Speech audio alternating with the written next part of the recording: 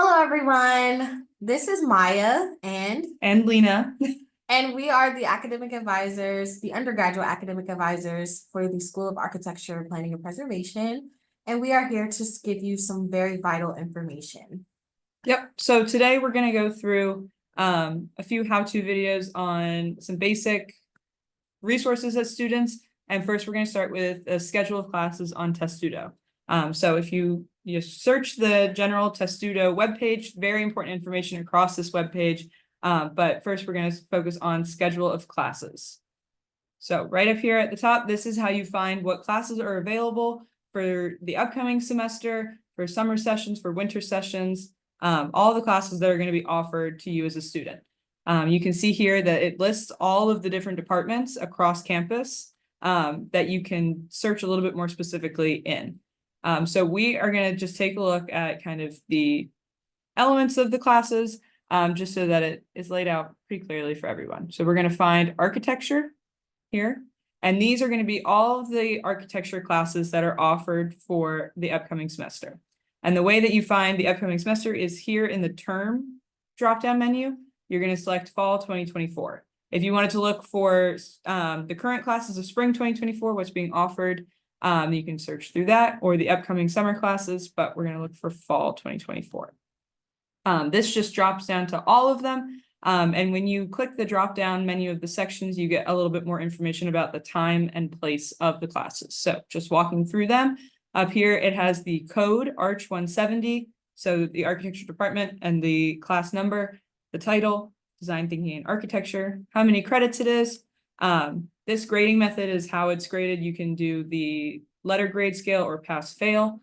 But remember that for all architecture courses, you have to have a regular grading scale, or else they won't apply towards major requirements.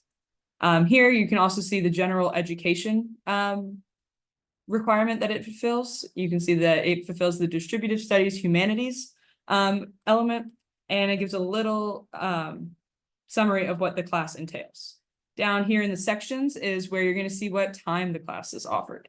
So this specific class has 5 sections, and it just splits the students into different groups within the class. So you can see Wednesdays 9 to 9:50, Fridays 9 to 9:50, and it tells you who the instructor is. Here, the seats, total, open, and waitlist is where you're going to see if the class is open and available to taking more students or not. Since registration hasn't started yet, all of these classes are open. But then if it fills up, then you will be put onto the wait list if you would like to join that specific section. The section number here in the corner is what you're going to put into Testudo's registration system when you go to register for classes, which is also important to make sure that you're putting in the right section number. To find out where the class is held, you're going to hover over this little code here. So you can see that this class is held in the architecture building on Wednesday mornings, and then the sociology building on Friday mornings. So if you're kind of planning out where your classes are going to be held, this is going to be a really good tool to use. And you can pull it up on Google Maps, Campus Maps, and more room information for that. This goes all the way down to all of the classes that are required. If you see permission required underneath the class, that means that you need specific permission from your academic advisor to register for the class. The reason for this is that some of them are limited to certain students, whether that be graduate students, Bachelor of Science, Bachelor of Arts, upperclassmen, so on and so forth. So you can see all the classes that are going to be offered for the upcoming fall semester, all the way down. Lots of them. You can also search for different classes here in all courses for open sections only, if you're looking for classes with open sections. If you're looking for classes that are only 1 credit, you can use that to search, or you can use down here to search for online classes, in-person classes, hybrid learning classes, or specific days and times the class is held. So if you only want class on Monday, you can search for open sections on Monday, and it'll come up with lots of classes that are.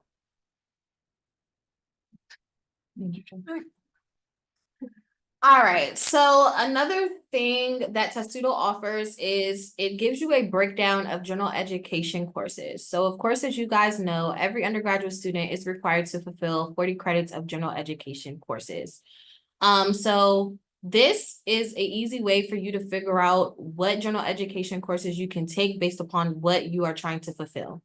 So Testudo makes it easy because they break down every gen ed requirement into their different respective sections. So you'll see here you have fundamental studies, distributive studies, diversity, and signature courses.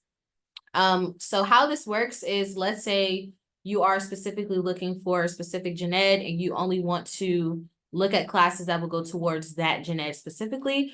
You will come to your gen eds tab, it'll bring you to the screen here, and then you'll click on whichever one you're trying to fulfill. So we're just going to take a look at I-Series specifically for example purposes. So this basically will pull up a page that will show you every course that is listed here will go towards I-Series. So you'll always see right here, I-Series. Now, of course, some of these courses can go towards multiple gen eds. So some of these you may see 2 gen eds that it can fulfill, or you might even see 3. Or you might even, in some cases, see where it gives you either or.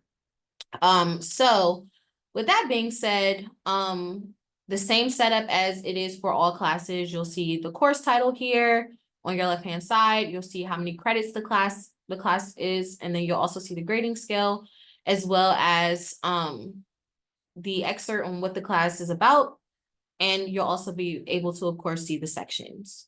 One major thing when it does come to looking for general education courses is you always want to view here to ensure that the class that you are looking to take is going to fulfill the gen ed that you are wanting it to.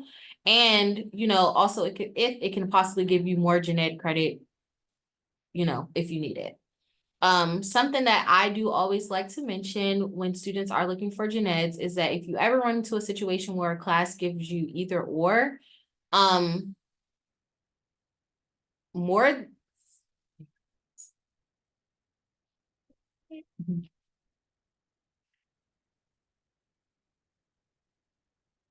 Either or then. All right, so something I always tell students is that when you are searching for gen ed, sometimes you'll run into situations where you'll view that the gen ed can either go towards one or multiple others, or it could give you either or. So when you're viewing this, you want to make sure that you kind of know if you've already fulfilled it, because let's say in a situation where you have taken a class and it's giving you your DS&L, it will go towards whichever other one you need on this list here. But it will not go towards all 3. The only time where you'll get credit for a gen ed for 2 courses at once is if it has the comma between both of the gen eds. So just keep that in mind. If it gives you or, that means it's going to go to one or the other. If it gives you the comma, that means it'll go to all that are listed there. So that's just something that I always like to mention when students are searching for gen eds. But yes, so this is the tab that you would want to use if you are specifically looking for gen eds.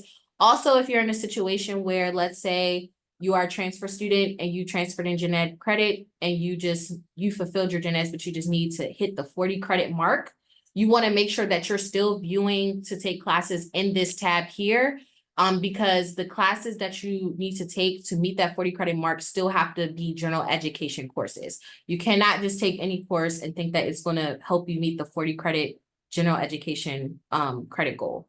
So that's just something to mention, that if you are a transfer student and you have fulfilled all of your gen ed credits, but you still just need to hit the 40 credit mark, make sure that you're taking credits or classes from the general education courses specifically to fulfill that requirement. Yeah.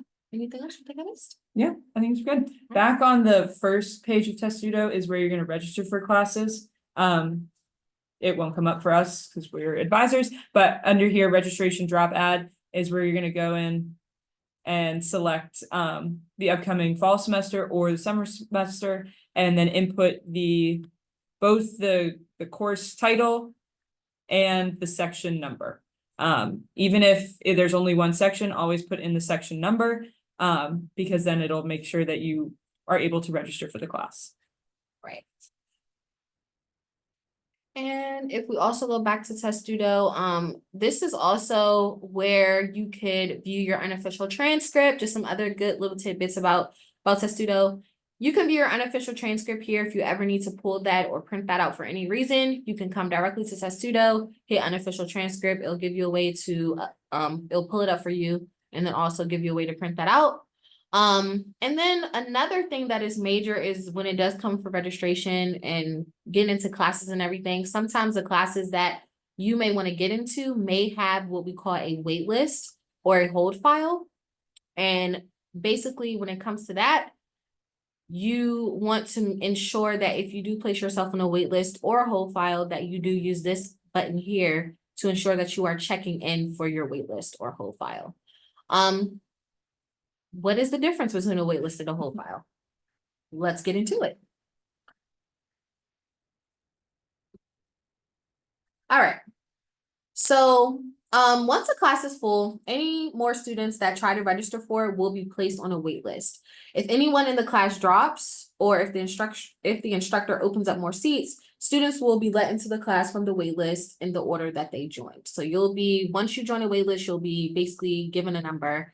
And as students are moving to the class, or as students either fall off of the list, the number you'll move up on the list and things of that nature. So when it comes to a hold file, however, hold files are very similar to wait lists, but they are generally for students that do hold more than 60 credits. If you try to register for a class with a hold file and you have more than 60 credits, you will automatically be placed on the hold file to allow underclassmen with later registration dates a chance to register for the class. And then on the first day of classes, any remaining open seats in the class will be filled by the hold file. Also on the first day of class, the whole file will become a wait list for anyone still on it. You will have to check in. So whether you're placing yourself on a wait list or a whole file, checking in is a must. This page, which is right here, yes, this page is not where you register for your courses. So that's why it was imperative that we went back to Testudo to show you guys. This is just simply where you search and find your course and information regarding the course that you're looking to take. But this is not where you register. It does help to have the page, the scheduled classes pulled up so that way you can make sure that you are entering in the right course number and the right section number when you are registering for classes. But please ensure that you do on Testudo use the registration drop add page when you are actually trying to register for your classes.